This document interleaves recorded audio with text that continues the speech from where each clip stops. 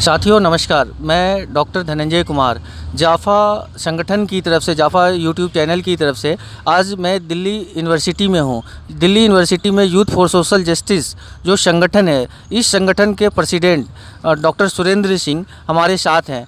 तो ये मैं डॉक्टर सुरेंद्र सिंह से जानना चाहूँगा यूथ फॉर सोशल जस्टिस की कार्यप्रणाली के बारे में। डॉक्टर सुरेंद्र सिंह, आपका स्वागत है। जय Bhim sir, thank you sir.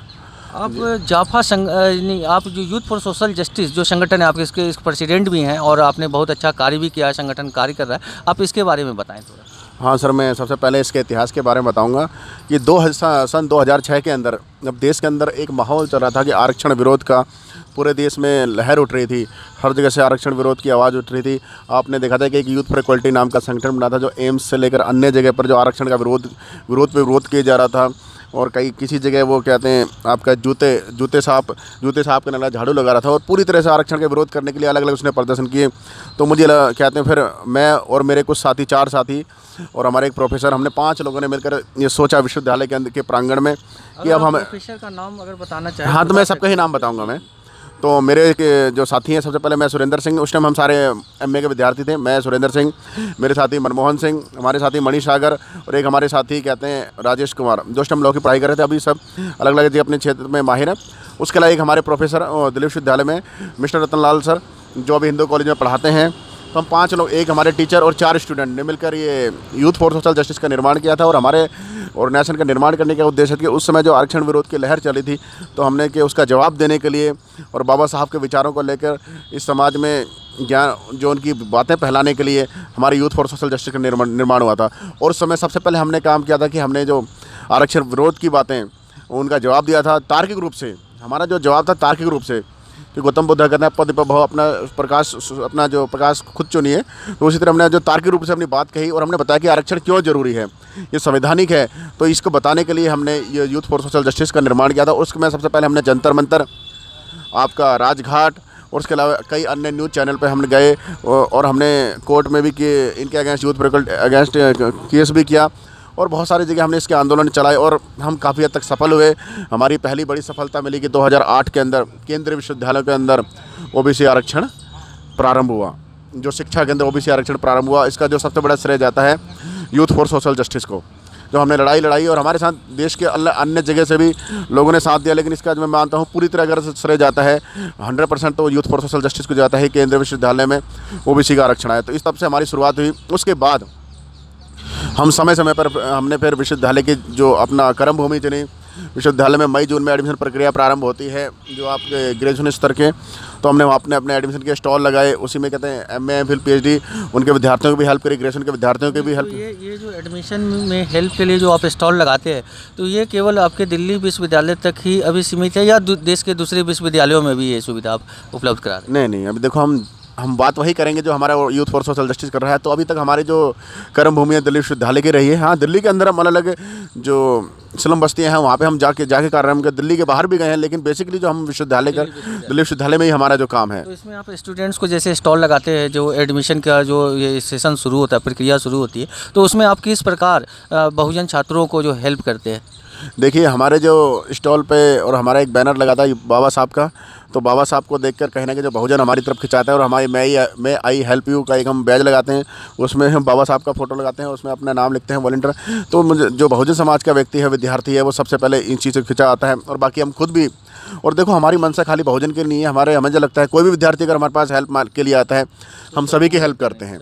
लेकिन बाबा साहब का फ़ोटो हम लगाते हैं ताकि जो हमारे विद्यार्थी आएँ उनके अंदर जो प्राउड फील हो, गर्व फील हो, शर्मिंदगी महसूस ना हो कि जो बाबा साहब के नाम पे मैंने देखा विश्वविद्यालय के अंदर हमारे विद्यार्थी छिपते फिरते हैं।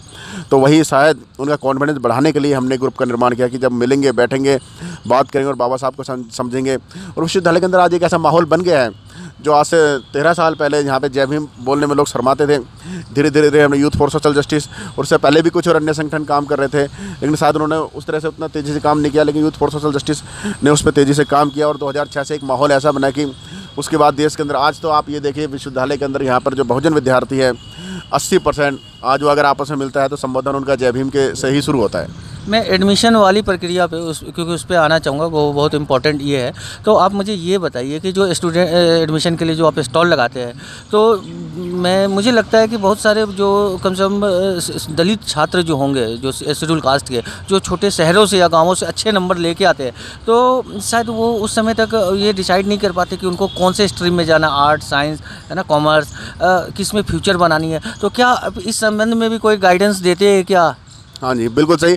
देखिए, हमारा गाइडेंस देने का उद्देश्य ही होता है कि हम भांप लेते हैं कि कौन सा विद्यार्थी किस स्ट्रीम में बेहतर कर सकता है, तो हम उनको बताने की कोशिश करते हैं क्या क्षमता है, तो हम उनको बताने की कोशिश करते हैं। और ये हमने देखो हज़ारों विद्यार्थियों की हेल्प करी है और उनसे उनका लाभ भी मिला है। क्योंकि सर पहले यहाँ पे जैसे ये फॉर्म भरे जाते थे, फॉर्म में कई विद्यार्थियों को मालूम नहीं, उनका घर अगर साउथ दिल्ली में है तो वो फॉर्म वो ईस्ट दिल्ली के भर दिया करते थे या नॉर्थ दिल्ली के भरते थे। तो उनका अगर उनका बाई चांस वो उन्होंने टिक कर दिया है, अगर उसका उसमें नाम आ जाता था, 3-3 घंटे तो उनके यात्रा में चले जाते थे, 3 घंटे आने में, 3 घंटे जाने में, तो पूरा दिन तो उनका ऐसे में निकल पाता था।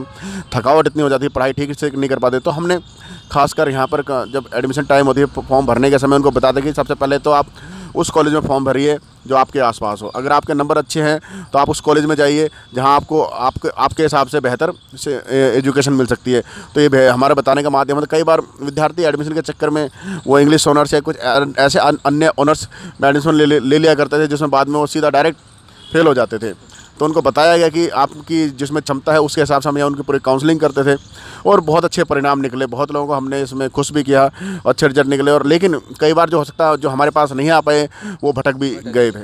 दिल्ली यूनिवर्सिटी तो सेंट्रल यूनिवर्सिटी है, देश का नंबर 1 यूनिवर्सिटी है। यहाँ पे नॉर्थ ईस्ट स्टेट के भी, महाराष्ट्र, दूसरे स्टेट से भी कैंडिडेट्स आते हैं जिनको भाषा की प्रॉब्लम होती है, लैंग्वेज की प्रॉब्लम होती है। और ज़्यादातर नॉर्थ ईस्ट के शेड्यूल ट्राइब कम्युनिटी के स्टूडेंट्स से महाराष्ट्र से आते हैं, रीजनल जो लैंग्वेज उनके आते हैं साउथ इंडिया। तो वो क्या, जो हमारा संगठन है यूथ फॉर सोशल जस्टिस, तो यहाँ अब संगठन के साथ वो मिलजुल पाते हैं, संगठन के पास मदद के लिए आते हैं। बिल्कुल सही कह रहे हैं। देखो, खासकर जो नॉर्थ ईस्ट के विद्यार्थी होते हैं बहुत साई किस्म के होते हैं, शर्मीले किस्म के होते हैं। उनमें खासकर नॉर्थ जो हिंदी बेल्ट वालों से मिलने में बड़ी झिझक होती है। तो ये कोशिश हमसे नहीं मिलते, लेकिन ये हमारी कोशिश है। हम उनके पास जाते हैं और हम उनके पास जाके उनसे बोलते हैं कि आपको जो हमसे ज़रूरत है हम उनकी हेल्प करेंगे। और वो हमसे मिलते भी हैं। फिर हम उनको जो यहाँ पर एक अलग से नॉर्थ ईस्ट सेल भी है, हम जो उनके टीचर्स के पास उनके पास ले जाते हैं, कुछ वहाँ पे जो स्टूडेंट्स हैं उनके पास ले जाते हैं। तो हमारी जो ऑर्गेनाइजेशन का दायित्व है कि जो अगर उनको लगता है कि हमारे पास ना आए तो कम से कम जो दिल्ली विश्वविद्यालय की जो सेवाएं हैं उनके लिए स्पेशल दी जा रही है, तो हम उन तक उनको पहुँचाते भी हैं। क्या दिल्ली विश्वविद्यालय में जो बहुजन शिक्षक हैं, SC, ST, OBC, उनका आपको सहयोग मिलता है क्या? अगर मिलता है तो किस रूप में मिलता है? क्योंकि आप बहुत लार्ज स्केल पे आप काम करते हैं, तो उनका सहयोग आपको कैसा मिलता है? देखिए, दिल्ली विश्वविद्यालय, मैं चाहूँगा कि वैसे शिक्षक मैं तो बहुत सारे शिक्षकों को जानता हूँ, मगर वैसे शिक्षक जो आपके साथ कदम पे कदम मिला के चलते हैं, मैं चाहूँगा कि जो है हमारे जो छात्र हैं, जो देशवासी हैं, उनको आप उनका नाम बताएं, क्योंकि ये उनको जानना चाहिए कि कौन से उनके शिक्षक जो है उनके लिए कार्य कर रहे हैं। जी बिल्कुल, आपने सही कहा। ये तो देखो, मैं अगर आपको नाम बताना, हाँ, सबसे पहले आपने जो कहा कि दिल्ली विश्वविद्यालय में हमें 13 साल हो गए काम करते हुए इस ऑर्गेनाइजेशन को, यूथ फॉर सोशल जस्टिस को। और हमें यहाँ पर SC, ST जो OBC हमारे जो लेक्चर प्रोफेसर, उनका पूरा सहयोग मिल रहा है। और देखिए, लिस्ट बहुत लंबी है। अगर मैं आपको नाम बताने लग जाऊँ तो शायद 1 घंटा लग जाएगा, लेकिन मैं उनमें से मैं कुछ सेलेक्टेड नाम बताऊँगा जिनका हमें सहयोग मिलता रहा है। जैसे प्रोफेसर NC कुमार जो डिपार्टमेंट पॉलिटिकल साइंस में है, डॉक्टर रतनलाल सर जो हिंदू कॉलेज में हैं, डॉक्टर सुरेंद्र दहिया जो रामजस कॉलेज में हैं, डॉक्टर सुरेश कुमार रामजस कॉलेज में है, आपका डॉक्टर रजनी दोसोदिया जो मिरांडा हाउस में है, डॉक्टर शशि रानी देव जो कि सोशल वर्क में है, doctor Sanjay Roy social work में है। इसी तरह से एक बहुत बड़ी लंबी लिस्ट है। हाँ, जैसे साउथ कैंपस से हमारे डॉक्टर अश्विनी कुमार हैं, डॉक्टर संदीप हैं। इस तरह से एक बहुत बड़ी, मैंने कहा कि देखिए लिस्ट अगर लंबी, मैंने भी देखा है कि जब भी आपके प्रोग्राम होते हैं, मैं भी प्रोग्राम में आता हूँ, तो जितने दिल्ली यूनिवर्सिटी के जो युवा यंग टीचर्स हैं तो वो अवश्य प्रेजेंट रहते हैं। नहीं, बिल्कुल सीखा। देखो बहुत सारे तो टीचर वो बन गए जो कहीं हमारे ऑर्गेनाइजेशन के विद्यार्थी थे, आज वो कई जगह टीचर। एक हमारे मणि सागर साथी हैं, नितिन वर्मा हैं, और ऐसे अन्य साथी हैं जो आज उस पोजीशन पे पहुंच गए हैं, यहाँ पढ़ते पढ़ते उस लाइन में पहुंच गए। तो ऐसे बहुत सारी है। देखो मैंने आपको सेलेक्टेड नाम बताएं, बाकी तो नाम तो बहुत बड़ी लंबी लिस्ट है, मैं सबका नाम नहीं बता पाऊँगा। और बाकी मुझे लगता है दिल्ली विश्वविद्यालय और दूसरा दिल्ली विश्वविद्यालय के बाहर भी एक हमारे प्रोफेसर विवेक कुमार सर हैं, उनका भी हमें सहयोग मिलता रहता है, काफ़ी सहयोग मिलता रहता है। और ये लिस्ट तो देखा जाए तो जितनी बढ़ानी चाहें बहुत। आप मुझे ये बताएं कि जो बहुजन छात्र हैं, SC ST OBC, इनके बहुत सारी समस्याएं होती है एडमिशन से लेके एग्ज़ाम डिग्री लेने तक। तो और ये संगठन यूथ फॉर सोशल जस्टिस बहुत बढ़िया काम कर रहा है। तो कभी कुछ ऐसे मुद्दे होते हैं जिसको लेके आपको विश्वविद्यालय प्रशासन के पास, वाइस चांसलर के पास या रजिस्ट्रार के पास जाना होता है, तो क्या विश्वविद्यालय प्रशासन आपकी बातों को सुनता है, उस पर कोई कार्रवाई करता है या नहीं करता? नहीं, देखिए दिल्ली विश्वविद्यालय, मुझे लगता है कि इतने सालों से जब हम अपने उन तक पहुंचते हैं बातों के लिए और जो छात्रों की समस्याएं लेके पहुंचते हैं, तो विश्वविद्यालय तेज़ी से कार्रवाई करता है। और अब तक तो उन्होंने हमें संतोषजनक उनका रवैया रहा, और उन्होंने हमारी जो मुद्दों पर कार्रवाई करी है, और हमें आसान्वित हैं और वो आगे भी करते रहेंगे। क्या आपको लगता है कि ये दिल्ली यूनिवर्सिटी में SC ST OBC, बेसिकली मैं अगर SC ST की ही बात करूँ तो SC ST छात्रों के साथ भेदभाव होता है? जैसे स्टाफ, स्टूडेंट्स, टीचर, भेदभाव होता है? देखिए भेदभाव आज भी होता है दिल्ली विश्वविद्यालय में, लेकिन दिल्ली विश्वविद्यालय में भेदभाव का जो तरीका है वो दूसरा है। दिल्ली विश्वविद्यालय में जो भेदभाव का तरीका है वो है टेक्निकल डिस्क्रिमिनेशन होता है। यहाँ पर आपको दिखावटी भेदभाव नहीं होता, जो साक्षात आप नहीं देख सकते, डायरेक्टली भेदभाव नहीं होता। कोई किसी का उठना बैठना खाना पीना ऐसा कोई भेदभाव विश्वविद्यालय के अंदर। टेक्निकल डिस्क्रिमिनेशन जिसकी बात आप कर रहे हैं, तो आप इसको थोड़ा सा खुल के बताएं। टेक्निकल डिस्क्रिमिनेशन आप ये कहेंगे वाइवा के होते हैं। वाइवा में क्या कहते हैं, उनको जो SC ST OBC हैं उनके पॉइंट नंबर कम दिए जाते हैं। फिर 25 नंबर के इंटरनल असेसमेंट होते हैं, उनमें उनके नंबर कम दिए जाते हैं। प्रैक्टिकल में उनके नंबर कार्ड दिए जाते हैं। जो टीचर के हाथ में है तो वो उनके पूरी तरह कटौती है। और आप देखो खासकर SC ST OBC के उतनी परसेंटेज नहीं बन पाती, चाहे कितने सक्षम होते हैं। और बहुत सारी चीज़ें उनको सही समय पर जो टीचर अगर दूसरों विद्यार्थियों को बड़ी तेज़ी से बताते हैं, लेकिन उनको उतनी अच्छी तरीके से नहीं बताते, तो कहीं ना कहीं इस वजह से वो एजुकेशन के मामले पीछे भी रह जाते हैं, उनके पॉइंट्स भी कम आते हैं, नंबर भी कम आते हैं। तो ये भी एक पिछड़ने का एक कारण है। तो यहाँ पर टेक्निकल है और वो साक्षात नहीं है, जो कि कहते हैं जो शायद हमें दूसरी जगह दिखता हो, जो गाँव के अंदर है, जो मिलती है डिस्क्रिमिनेशन, वो दिल्ली विश्वविद्यालय में नहीं है। अभी देश के बहुत सारे विश्वविद्यालय में टीचिंग और नॉन टीचिंग पोस्ट, हज़ारों पोस्ट खाली हैं। और मुझे लगता है कि ये पोस्ट टीचिंग और नॉन टीचिंग दोनों पोस्ट इंपॉर्टेंट है। दोनों खाली रहने से स्टूडेंट के शैक्षणिक, विश्वविद्यालय कॉलेज के शैक्षणिक वातावरण पे भी प्रभाव पड़ता है। तो और इसमें ज़्यादातर जो पोस्ट खाली पड़े हैं बहुजन के, SC ST OBC के खाली, पता नहीं क्यों पड़े हैं, और जानबूझ के खाली पड़े हैं या एलिजिबल कैंडिडेट जिसको कहते हैं वो नहीं मिल पाते। तो इस संबंध में जो हमारा विश्वविद्यालय में जो संगठन है और जो हमारे टीचर्स हैं, हम क्या कर रहे हैं? और आप इसके देखिए आपने बहुत अच्छी बात कही। वो जॉब इसलिए देना नहीं चाहते क्योंकि शायद इसी सरकारी कर्मचारियों के संगठन की वजह से पूरे भारत के अंदर एक वामसेप संगठन बना था। वामसेप संगठन ने जो भारत की राजनीति की पूरी दिशा ही बदल दी। उसके ज़्यादा बहुजन समाज पार्टी जैसा एक राजनीतिक विंग खड़ा हुआ। तो ये चाहते नहीं हैं कि देश के अंदर, क्योंकि जो नौकरी पेशा वर्ग वो एक ताकत देता है इस देश में, एक अलग सा मजबूती प्रदान करता है बहुजनों को। तो उनकी कोशिश है कि एक बहुजन खड़ा हुआ, एक मध्यम वर्ग नया तैयार हुआ, प्रबुद्ध मध्यम वर्ग तैयार हुआ। वो किस वजह से? नौकरी पेशा की वजह से। तो विश्वविद्यालय के अंदर मैं आपको बताना चाहूँगा, खाली अगर डायरेक्ट दिल्ली विश्वविद्यालय की बात करें तो 60% कॉन्ट्रैक्ट बेस पे काम है और ये परमानेंट है नहीं। इसी तरह से यहाँ पे टीचर भी है, 50% जो टीचर है वो भी एडहॉक बेस पे काम कर रहा है, कॉन्ट्रैक्ट बेस पे काम कर रहा है। तो शायद ये इसलिए किया जा रहा है, अगर परमानेंट हो जाएंगे तो एक इनकी अलग आवाज़ बनेगी और एक मजबूती, इनकी आवाज़ को मजबूती मिलेगी। ये चाहते नहीं है कि मजबूत हों और मजबूत होकर अपनी आवाज़ उठाएंगे, क्योंकि एक मजबूती ने जब पूरे देश के अंदर एक राजनीतिक परिवर्तन ला दिया, सामाजिक परिवर्तन ला दिया, एक नया मध्यम वर्ग तैयार कर दिया, उनको डर लगता है बहुजनों के इस मुख्य धारा में आने से।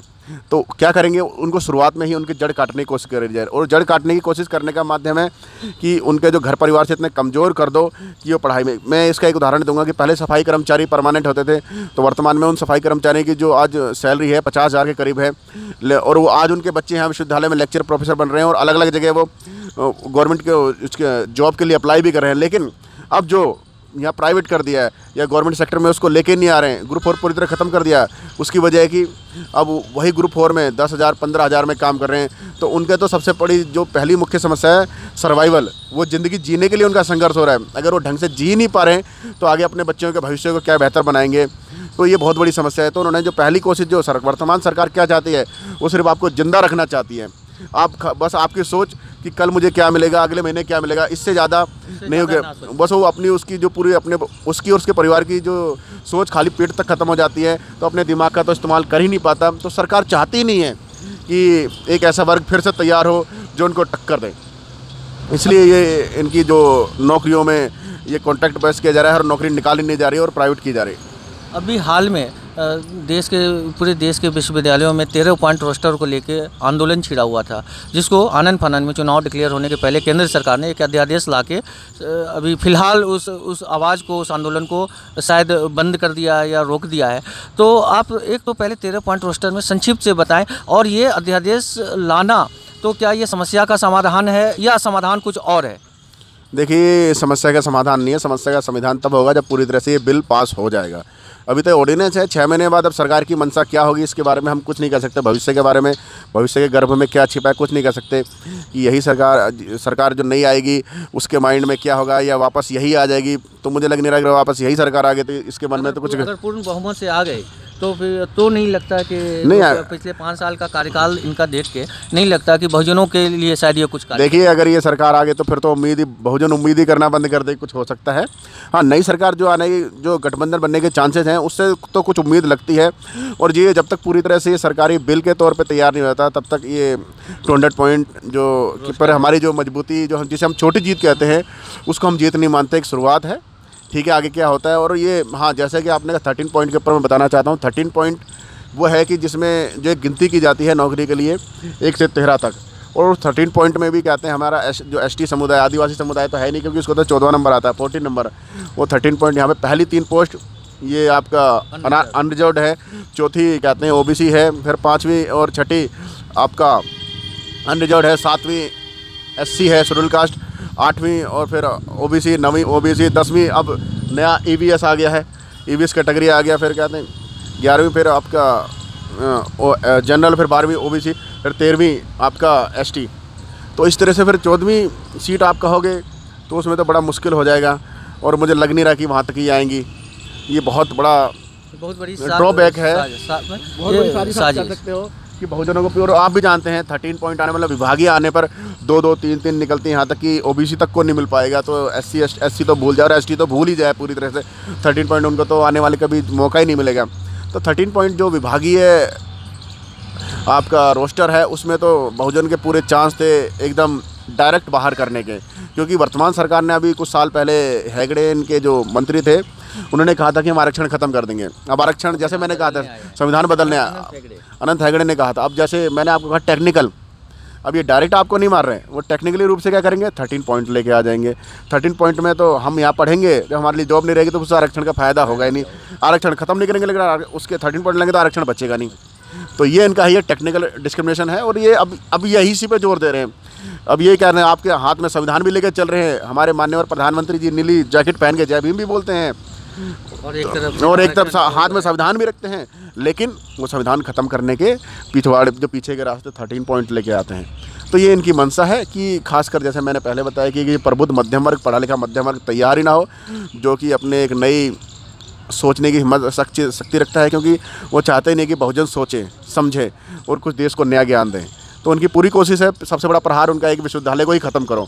विश्वविद्यालय ही वो जगह है, आपने देखा कि जब 6ठी-7वीं सदी में एक आपके पश्चिमी एशिया से कुछ शासक आए थे और उन्होंने पूरा नालंदा तक्षशिला विश्वविद्यालय को तबाह कर दिया था। उन्होंने क्या तबाह किया, पूरा पुस्तकालय ही समाप्त कर दिया, जो महीनों तक वो उसमें आग लगी थी, विश्वविद्यालय को जला दिया। उनको लगा कि अगर किसी देश को ख़त्म करना है तो वहाँ की शिक्षा व्यवस्था को ख़त्म कर दो।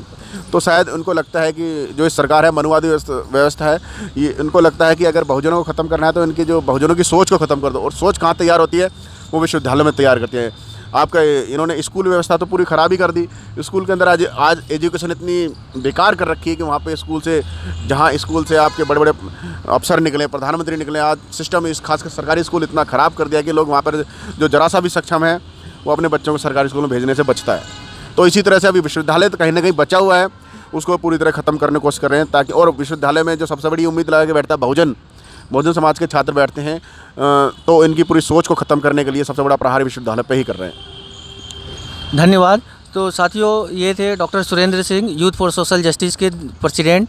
और जैसा कि जाफा joint action forum for fighting atrocities, जो हम लोगों की कमिटमेंट है जो इस संगठन का, कि अत्याचार के विरुद्ध आवाज़ उठाना, उससे जुड़ी हुई सारी खबरों को, समाचार को देश के बहुजन समाज के लोगों तक, कोने कोने तक पहुंचाना। तो मैं डॉक्टर धनंजय, दिल्ली विश्वविद्यालय से, धन्यवाद।